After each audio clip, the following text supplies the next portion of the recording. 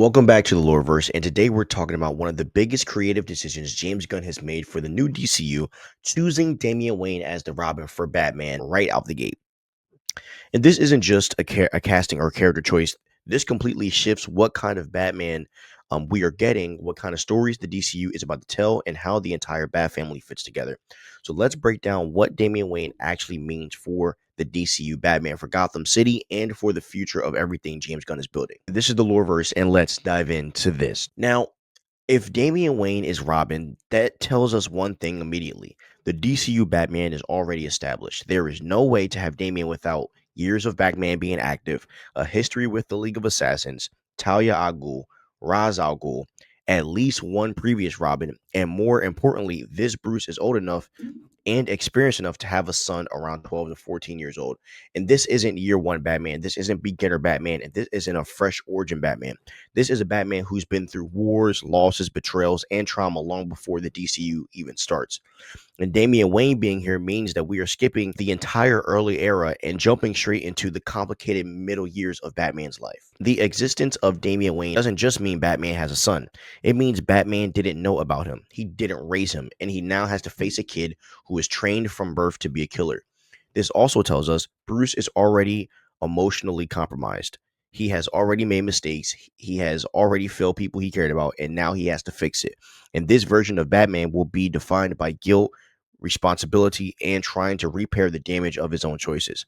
And we aren't seeing Batman figure out how to be a hero. We're seeing Batman try to not lose his son the way he lost others. And that really is powerful storytelling. Damian Wayne doesn't show up in Batman's life until the Bat family is already formed.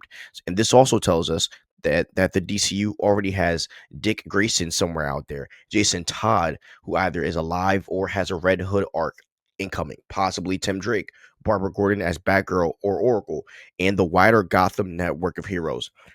And you can't have Damian Wayne without the others, because half of Damian's arc is his conflict and eventual family bond with the other Robins. And this also means the DCU can introduce Nightwing, Red Hood, Batgirl, and Red Robin, all without needing crazy origins, all without starting from scratch, and all with Batman already knowing how to train sidekicks. And Damian kicks open the door to the full Bat family in a way that we've never had it in live action, that a lot of fans have wanted.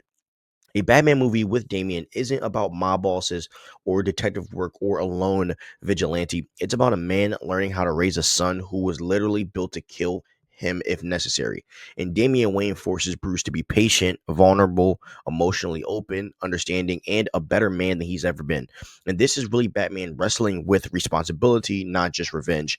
It's a version of Batman we have never seen in live action because it makes Bruce grow not as a superhero, but as a father. And if Damian Wayne is Robin, then Bruce Wayne and Talia al Ghul already had a full relationship behind them. And that relationship is one of the most complicated in DC lore. This means the DCU Batman already has a past with Ra's al Ghul, a history with the League of Assassins, a connection to global threats, enemies outside of Gotham. And this opens the door for Ra's al Ghul returning. Talia's political motives, Damian's loyalty being tested, the whole family versus destiny conflicts, and the League of Assassins being a major DCU threat. This isn't street level Batman. This is geopolitical Batman, and it makes the DCU feel really big from the very start.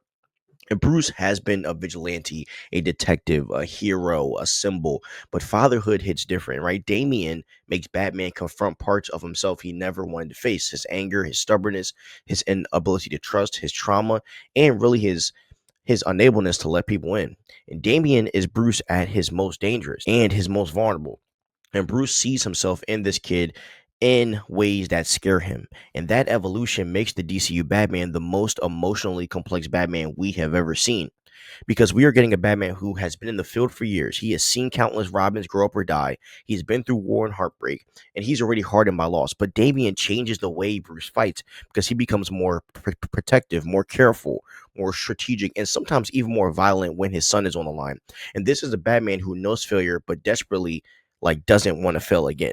And the relationship with Damian gives this Batman heart, stakes, humanity, and a reason to live beyond the cowl. And this is what will make the DCU Batman stand out from Pattinson, Affleck, Christian Bale, and all of the other men that have taken the cow. Damian Wayne being the Robin of the DCU isn't just a cool character decision. It tells us exactly what kind of Batman James Gunn wants us to follow. A father, a veteran, a man with regrets, a man with a son who could either become the greatest Robin ever or the greatest threat Batman has ever faced. If you want more breakdowns on the DCU and the Bat family, please like, subscribe, and ring the notification bell. Stay crispy and peace out.